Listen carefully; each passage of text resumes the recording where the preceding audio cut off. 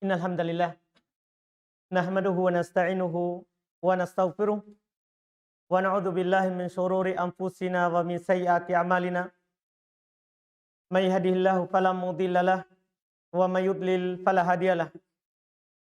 Asyhadu an la ilaha illallah wahdahu la syarikalah wa asyhadu anna Muhammadan abduhu wa rasuluh. Sallallahu ala nabiyyina Muhammadin wa ala alihi wa ashabihi wa man tabi'ahum ihsan ila yaumiddin. Amma ba'd. Kaum muslimin jamaah salat maghrib rahimani wa rahimakumullah. Alhamdulillah, kembali di malam hari ini kita duduk di tempat ini, salah satu rumah Allah Subhanahu wa taala. Tentunya tidak diragukan kita berkumpul untuk belajar agama Allah Subhanahu wa taala.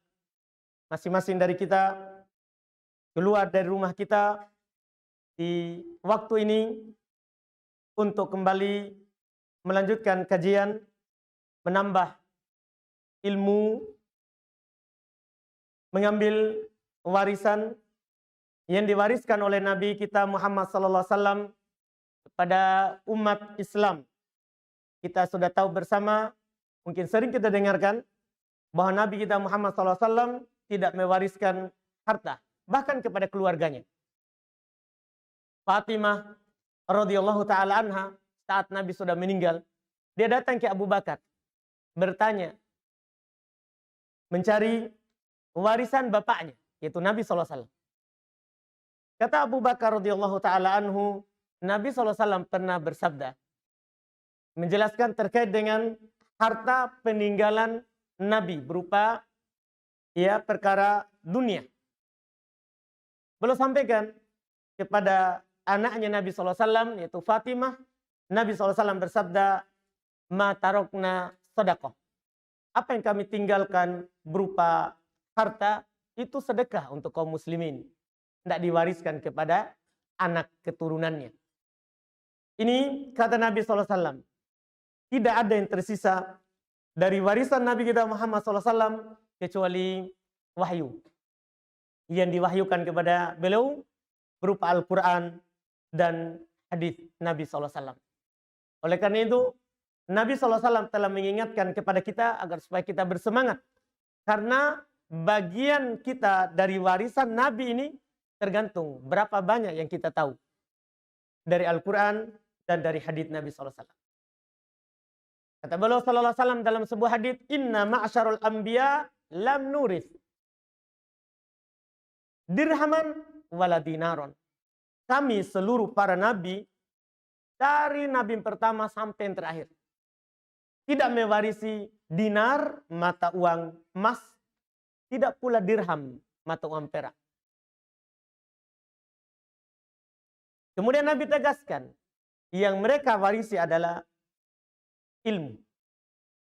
Dan Nabi katakan, faman akhwadahu faqad akhwada bihaddin wafir. Siapa yang mengambilnya, maka sungguh dia telah mengambil bagian yang besar. Berapa kadarnya? Tergantung berapa kita punya. Berapa yang kita hafal dan berapa yang kita pahami dari syariat Islam. Ini yang ditinggalkan oleh Nabi kita Muhammad SAW. Ilmu. Dari Allah Subhanahu wa ta'ala berupa Al-Quran dan Sunnah. Yang kalau kita berpegang dengannya, di dalam kehidupan dunia ini, kita tidak akan pernah sesat selama-lamanya. Kita tidak akan pernah sesat selama-lamanya. Maka suatu kebahagiaan dan kegembiraan ketika kita bisa duduk bersama, tidak ada yang mengikat kita, tidak ada yang membuat kita datang ke sini kecuali ilmu saja. Bukan karena ada dunia yang mau dibagi-bagikan. Bukan. Kita datang memang karena mau belajar. Mengangkat kebodohan dari diri kita masing-masing. Kemudian setelah itu untuk mengangkat sekedar orang sujud, ruku. Bukan hanya itu ibadah. Ibadah itu kita duduk belajar mendengarkan ayat Al-Quran, mendengarkan hadis Nabi SAW itu juga ibadah. Bahkan dikatakan oleh Al-Imam Az-Zuhri rahimahullahu ta'ala, ma'ubidallaha mitlu al-ilm. Allah subhanahu wa ta'ala tidaklah disembah seperti orang menyembah Allah dengan belajar. Dengan belajar. Karena dengan belajar kita bisa hidup di atas dunia ini, di atas cahaya Allah subhanahu wa ta'ala. Di malam hari ini tentunya jadwal kita adalah membahas fikih dengan membaca kitab Umdatul Fikhi karya Al-Imam Ibnu Qudamah rahimahullahu ta'ala. Alhamdulillah di pertemuan yang lalu kita sudah masuk di Kitabus Shalah, pembahasan terkait dengan sholat. Paling terakhir masalah yang kita ambil, hukum orang yang meninggalkan sholat karena mengingkari kewajibannya. Kita katakan orang yang meninggalkan sholat karena mengingkari kewajiban sholat kafir, tidak ada perselisihan. Tidak diragukan. Karena dia meninggalkan rukun dari rukun Islam. Rukun kedua setelah 2 kalimat syahadat. Nah, sekarang beliau lanjutkan pembahasan masih terkait dengan orang yang meninggalkan sholat atau orang yang mengakhirkannya. Karena malas. Kata beliau rahimahullah berbicara tentang orang yang mengakhirkannya dari waktu wajibnya. Kata beliau wala yahillu ta'akhiruha an waqtin. An waqti wujubiha illa linawin jam'aha. Kata beliau tidak boleh diakhirkan dari waktu wajibnya kecuali bagi orang yang ada niat jamak.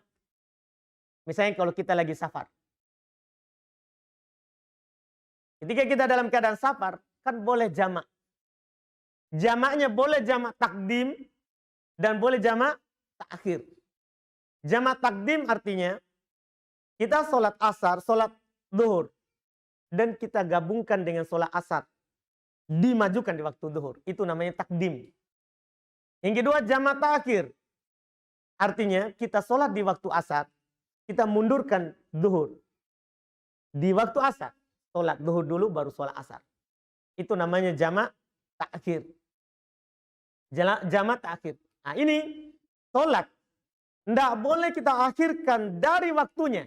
Kecuali antum ada niat jamak. Tentunya yang punya niat jamak yang diberikan keringanan musafir.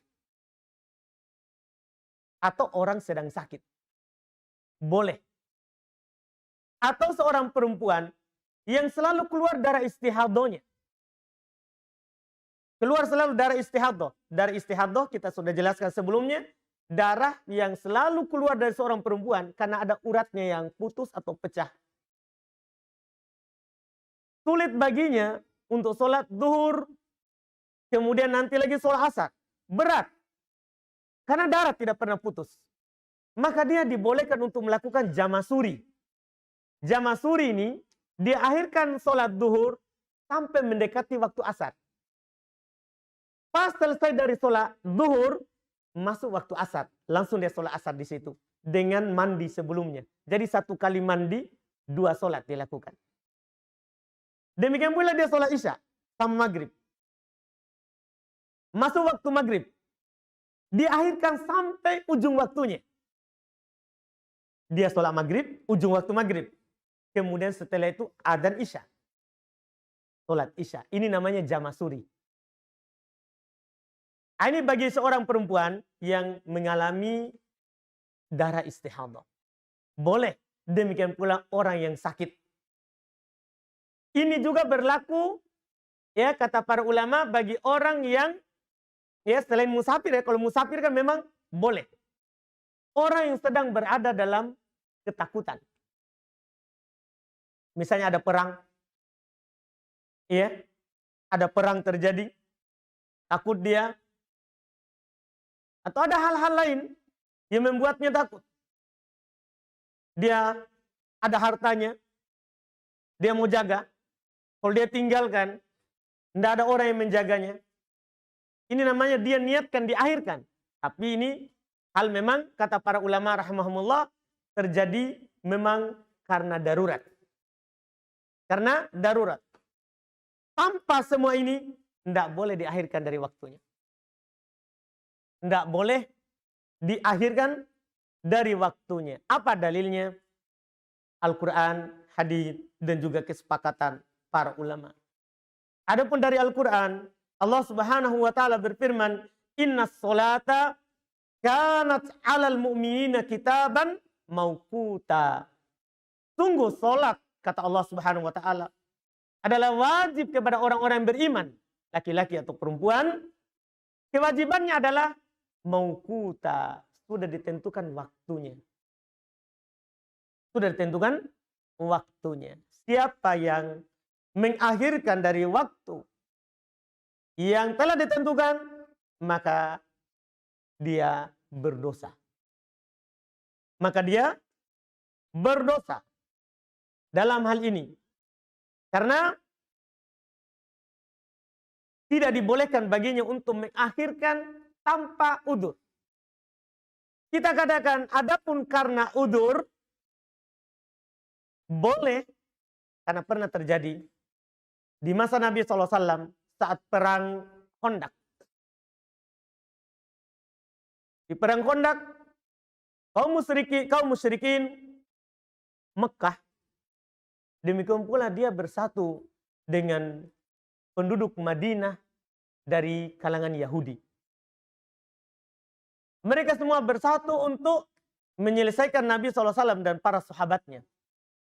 Langsung mereka datang menyerang ke Madinah. Karena kaum muslimin masih sedikit, maka mereka memusyawarahkan bagaimana cara menghadapi kaum musyrikin ini yang banyak. Karena bersatu seluruh orang-orang kafir.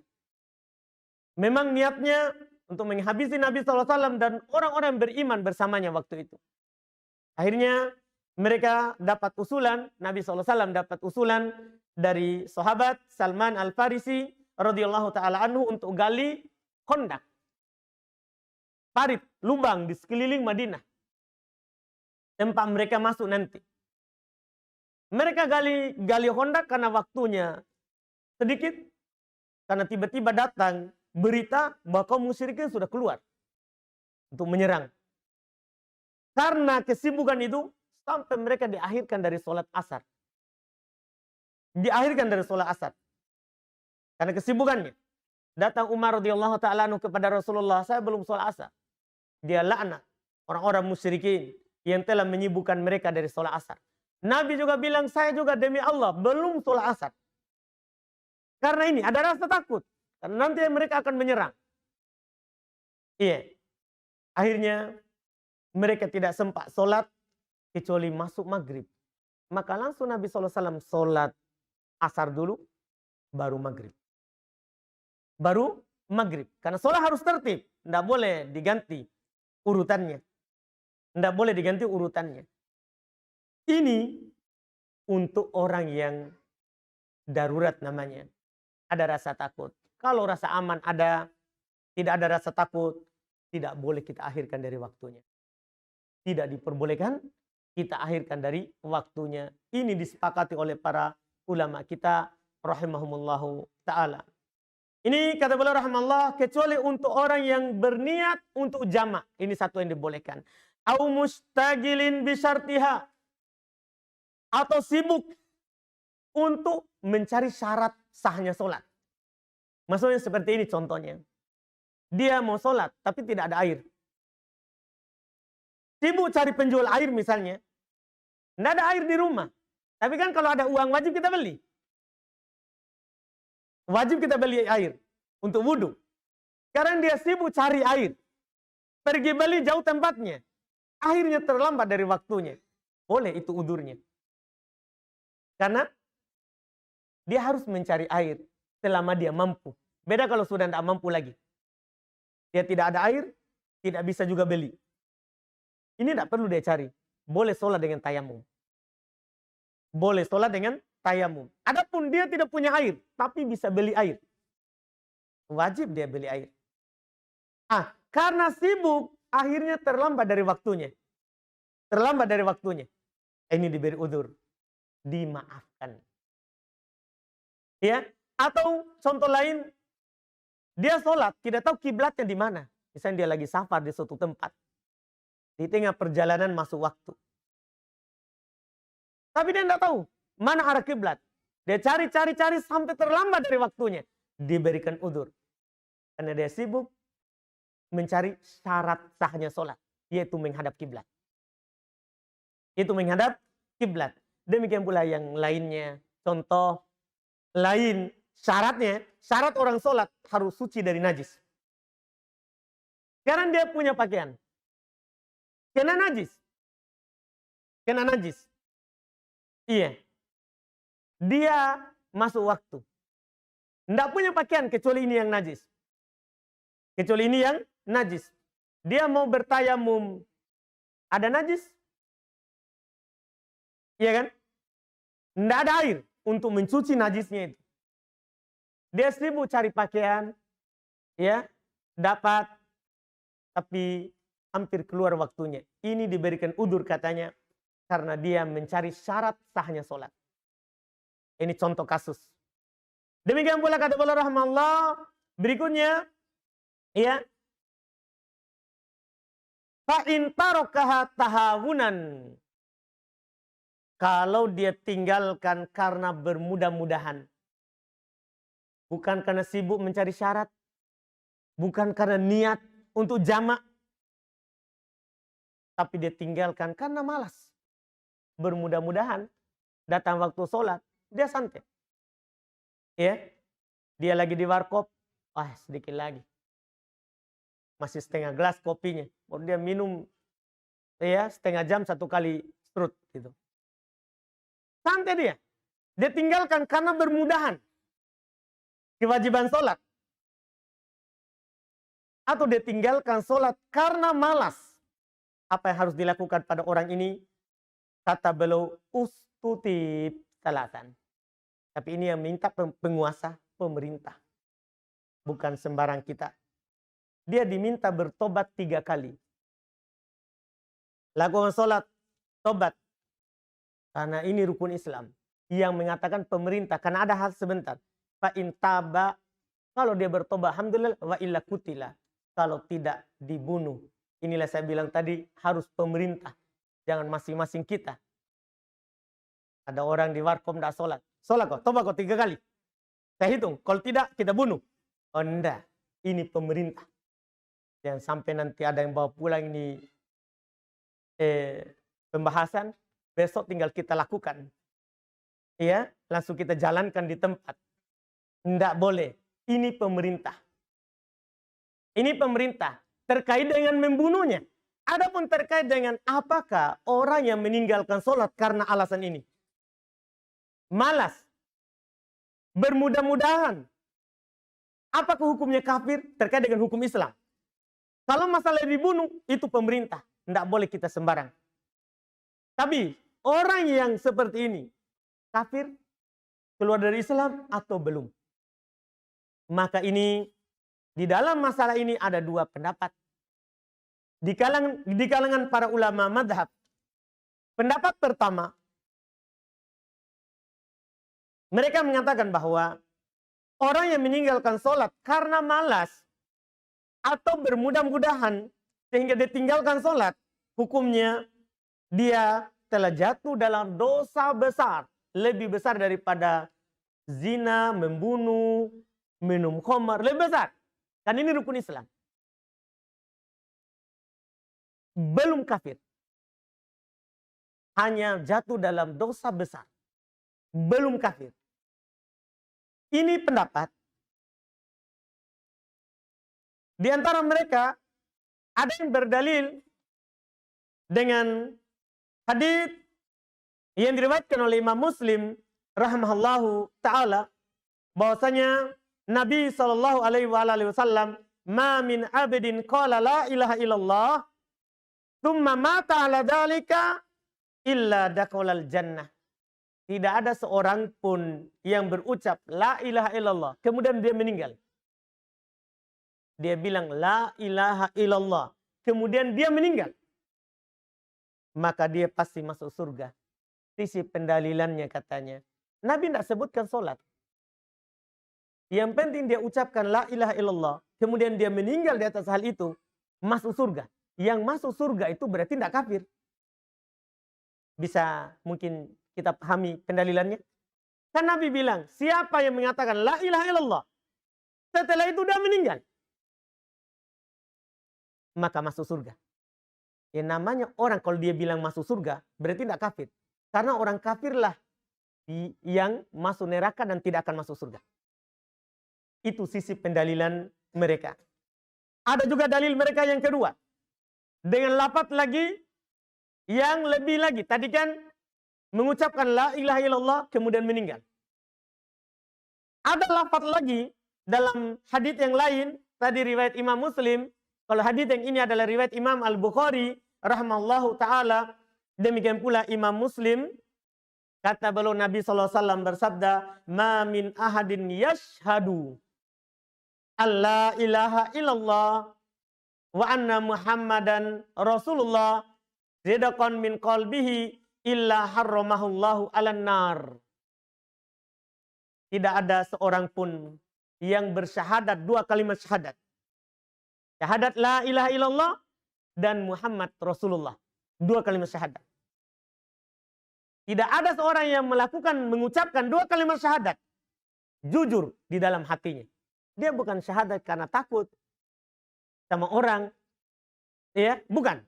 Jujur, ikhlas bersyahadat.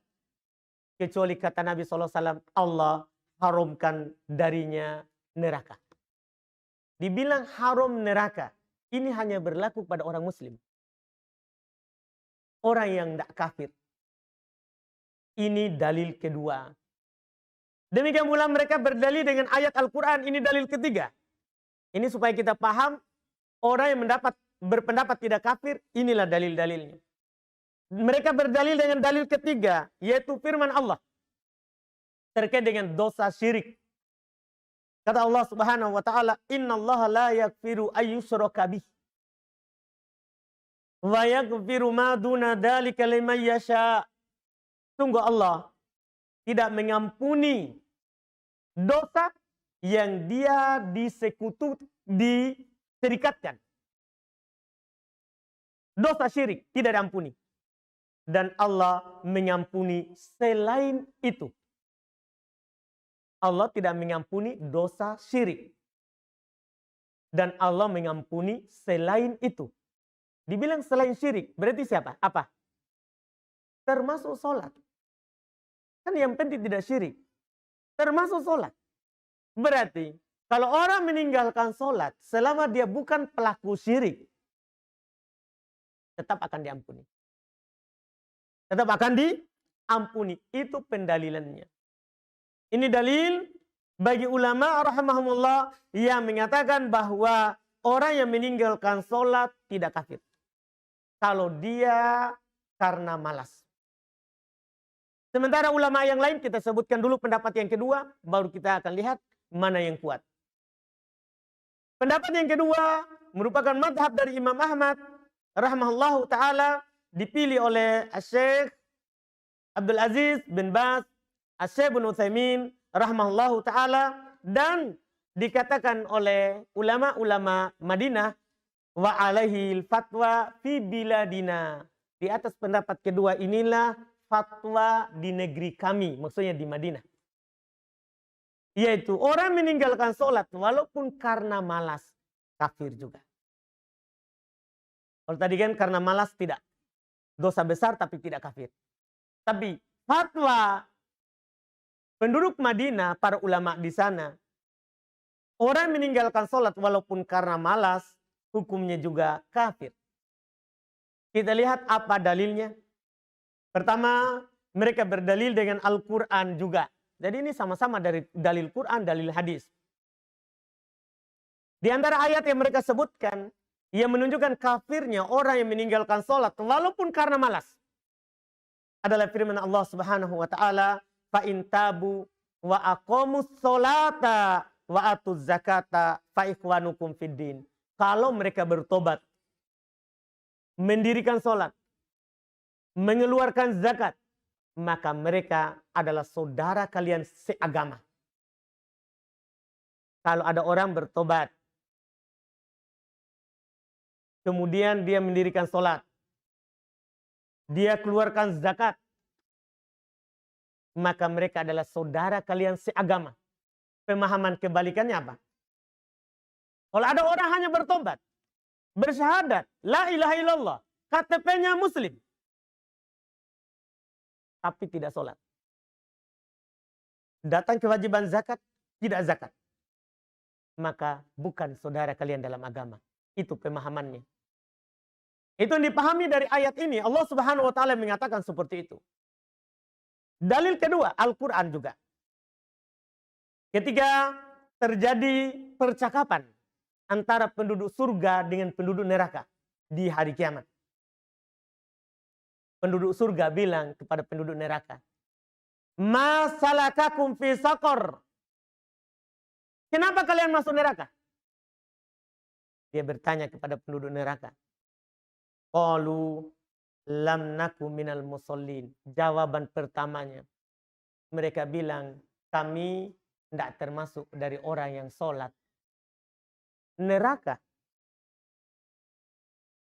Jawabannya ketika ditanya, kenapa kamu di situ? Dia bilang, kami tidak termasuk orang yang sholat. Dalil kedua, ini Al-Quran. Dalil ketiga, hadits Nabi SAW. Diriwayatkan oleh Al-Imam Ahmad, demikian pula Al-Imam At-Tirmidzi dan selainnya, serta disahihkan oleh Syekh Albani rahimahullahu taala di dalam Sunan Imam At-Tirmidzi, kata Nabi SAW, al-ahdul ladzi bainana wa bainahum as-shalah faman tarakaha faqad kafar. Ikatan antara kami yang membedakan dengan mereka orang kafir adalah sholat. Siapa yang meninggalkannya maka dia telah kafir. Nabi tidak merinci siapa yang meninggalkannya karena menentang atau siapa yang meninggalkannya karena apa? Malas. Nabi langsung hukumi hukum umum, telah kafir. Yang mengatakan kafir adalah Nabi kita Muhammad SAW. Demikian pula hadits yang kedua, ini dalil yang keempat. Yaitu hadits yang diriwayatkan oleh Imam Muslim rahimahullahu taala dari Jabir bin Abdullah. Katanya Nabi SAW bersabda, "Bainar rajuli wa bainas syirki wal kufri tarkus shalah." Pembatas antara seorang dengan kekafiran dan kesyirikan dengan meninggalkan sholat. Dengan meninggalkan sholat, itulah dindingnya. Artinya walaupun dia bersyahadat, kalau tidak sholat, bukan muslim. Bukan muslim. Nah, kalau kita melihat dari dua pendapat ini, mana yang kuat? Sama-sama berdalil dengan Quran dan hadis. Ketika kita ragu tentang sesuatu, samar, karena sama-sama kuat dalilnya. Sama-sama ada hadisnya, ada Qurannya. Apa yang harus kita lakukan? Disinilah kita tempuh jalan ketiga. Sudah dapat Quran, dapat hadis, akan-akan tidak ketemu, saling bertentangan. Maka kita lihat apa yang dipahami oleh para sahabat. Karena mereka lah yang menyaksikan Quran tadi turun. Dan mereka lah yang mendengar langsung Nabi ucapkan kapan, kepada siapa. Kita melihat penukilan dari seorang tabi'in, Syakik bin Abdullah. Ini penukilan diriwayatkan oleh Imam At-Tirmidzi rahimahullah di dalam kitab Sunan At-Tirmidzi di bab hukum tarkis sholat. Hukum orang yang meninggalkan sholat. Dan disahihkan oleh Syekh Albani rahimahullah. Kata Syakik bin Abdullah, "Kana ashabu Muhammadin la yarawna syai'an minal a'mali tarkuhu kufran ghairu sholah." Adalah sahabat Muhammad sallallahu alaihi wasallam, para sahabat. Mereka tidaklah melihat sesuatu dari amalan kalau ditinggalkan akan menjadikan seorang itu kafir selain sholat. Berarti sahabat bersepakat bahwa sholat kalau ditinggalkan hukumnya apa? Kafir. Ini yang memutus. Jadi sahabat mengambil pendapat yang kedua. Ia mengatakan apa? Kafir. Adapun pendapat pertama itu dalilnya adalah dalil-dalil umum. Bahwa orang yang bersyahadat, bukan hanya bersyahadat, setelah bersyahadat dia sholat. Dan itu dalil-dalil umum. Dikhususkan oleh dalil kedua tadi. Dari pendapat Yang kedua, dan ini pendapat tentunya yang paling tenang, kita amalkan juga supaya orang tidak bermudahan juga meninggalkan sholat. Karena kapan kita katakan, wah ini dosa besar, sama dengan zina, sama dengan mencuri, orang akan meninggalkan sholat dengan mudah. Karena, pasti saya masuk surga. Walaupun saya tidak sholat. Makanya yang paling aman adalah yang kita pegang seperti yang dipegang oleh para sahabat Nabi SAW. Makanya para sahabat, jangankan meninggalkan sholat. Di antara mereka ada yang menangis karena luput sholat berjamaah. Jangankan meninggalkan sholat. Luput sholat berjamaah, mereka bersedih. Mereka menangis karena ini masalah besar, bukan masalah kecil. Baik saudaraku, alhamdulillah. Baik, karena sudah juga pas, saya sudah kasih kode. Kita cukupkan dengan pembahasan terakhir tadi, hukum orang meninggalkan sholat karena malas. Insya Allah di pertemuan berikutnya kita masuk di bab yang lain, yaitu bab tentang adzan dan iqamat, insya Allah. Di sini ada beberapa pertanyaan, bukan beberapa ya, banyak. Iya.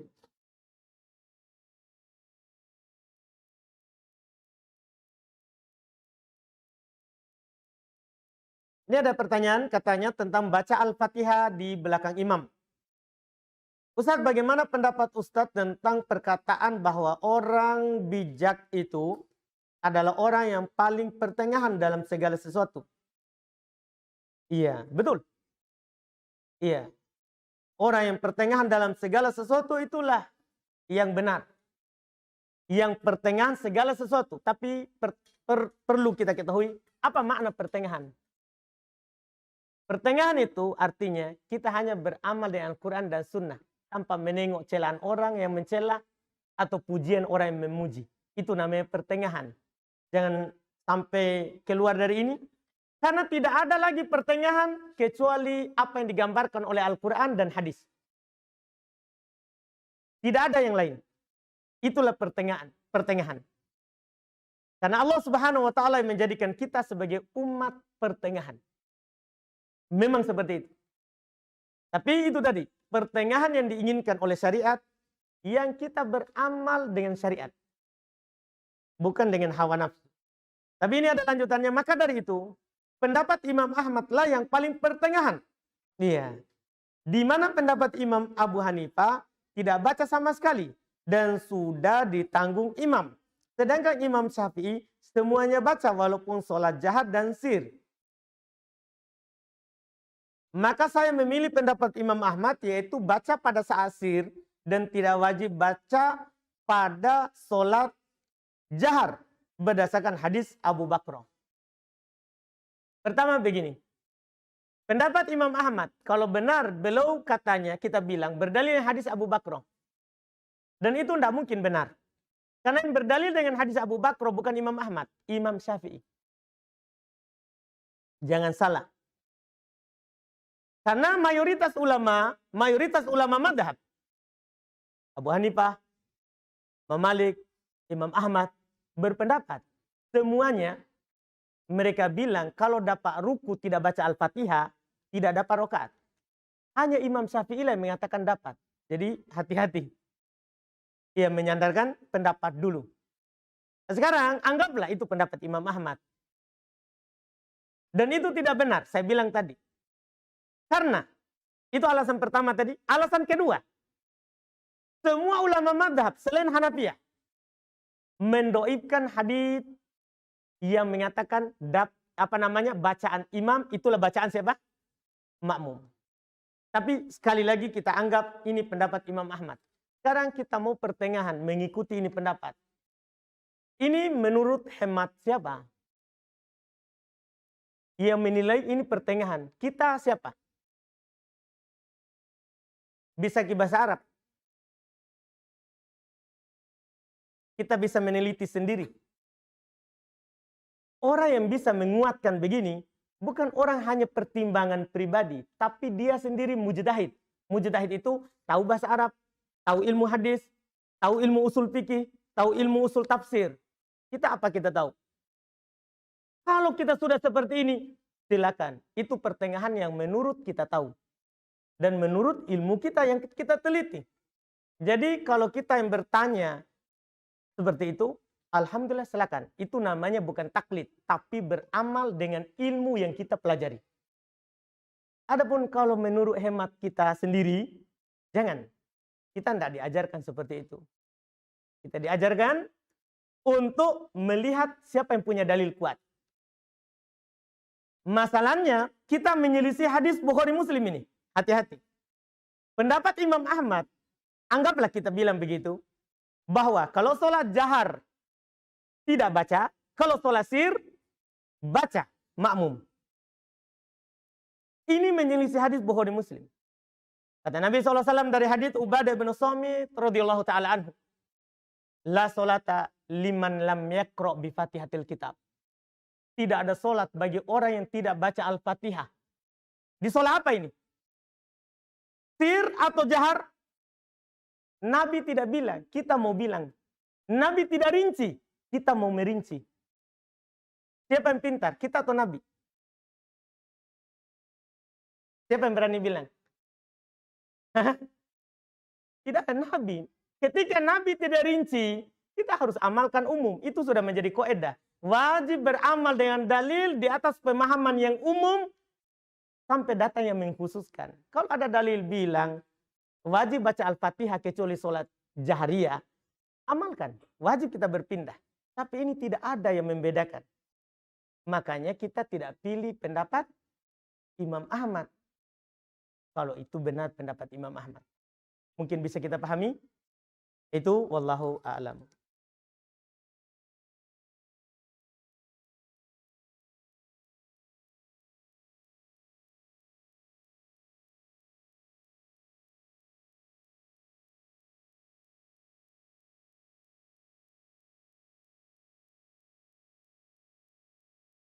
Apakah ada syair yang berbunyi berpagi-pagi seperti pagi-paginya ayam dan bersabar seperti bersabarnya batu? Enggak tahu.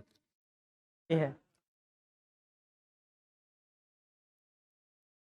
Karena saya bukan penyair.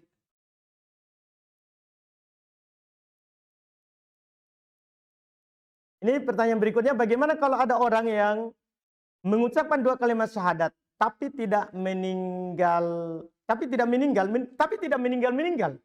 Wah, keras ini. Iya. Tapi juga tidak sholat. Kecuali pada 2 hari raya saja. Apakah dia masih tetap dapat keutamaan masuk surga? Dan jika dia tidak sholat tapi membayar zakat, apakah dia masih saudara kami sebagaimana dalam ayat tadi? Iya. Keharusan daripada bersyahadat itu sholat. Karena syahadat itu, makna syahadat artinya kita ikrar dalam hati, kita ucapkan dengan lisan, dan beramal dengan keharusannya. 3 ini harus yakin di hati. Kalau ucapkan tanpa keyakinan, salah. Tidak berguna. Seperti orang munafik. Munafik bersyahadat, tapi hatinya kekafiran. Harus diyakini dalam hati. Diucapkan dengan mulut. Kalau hanya meyakini tidak diucapkan, tidak juga. Abu Thalib yakin agama Muhammad terbaik, tapi tidak bersyahadat. Kafir juga. Jadi harus diyakini dengan hati, mengucapkan dengan mulut, ucapan, kemudian beramal di atas keharusannya. Syahadat ada kewajibannya. Kata Nabi SAW kepada Mu'adz ibnu Jabal, fa'inhum atau ukalidalik, kalau mereka sudah taat kepada kamu tentang mengucapkan 2 kalimat syahadat, fa'ahbiruhum, kabarkan kepada mereka, anallaha aftaradu alaihim khamsu shalawatin fi kulli yaumin wa lailah. Kalau sudah bersyahadat, kabarkan, kasih tahu bahwa Allah wajibkan kepada mereka sholat 5 waktu dalam sehari semalam. Itu keharusan bersyahadat. Kalau ada orang bersyahadat tidak sholat, bukan Islam. Ya? Atau dia bersyahadat tapi Islam 3. Artinya hanya sholat 3 waktu. 2-nya tidak. Bukan Muslim. Bukan Muslim. Atau dia hanya sholat 4 waktu. Dia tidak sholat, misalnya sholat subuh, bukan muslim. Karena harus 5 dalam sehari semalam. Jadi orang yang seperti ini, seperti yang kita katakan tadi, kalau dia menentang, kafir. Kalau dia karena malas juga, kafir juga. Berdasarkan tadi hadis yang kita telah bacakan. Kemudian jika dia bayar zakat, tidak sholat. Iya, apakah dia saudara kami juga atau belum? Orang yang membayar zakat tapi tidak sholat, kafir. Karena kedudukan zakat itu kan setelah apa? Setelah sholat. Setelah sholat. Iya, ini kedudukannya. Kedudukannya. Zakat itu hanya wajib bagi orang yang mampu. Yang punya harta untuk dizakati. Bagi yang tidak kan tidak. Sementara sholat, mampu, tidak mampu, selama ada akalnya, wajib sholat. Bedanya, lebih. Maka orang yang mengeluarkan zakat tapi tidak sholat, hukumnya kafir. Diperangi. Kalau pemerintahan yang memeranginya. Memeranginya. Diminta untuk bertobat. Diminta untuk bertobat. Sudah, yakin. Baiklah. Ini masih banyak tapi mau apa? Saya sudah dikasih kode juga. Alhamdulillah untung cepat dikasih kode. Kita cukupkan. Mudah-mudahan apa yang kita ambil di hari ini bermanfaat. Kami mohon maaf pada pertanyaan tidak bisa sempat dijawab. Subhanakallahumma hamdik, asyhadu an la ilaha illa anta astaghfiruka wa atubu ilaik. Assalamualaikum warahmatullahi wabarakatuh.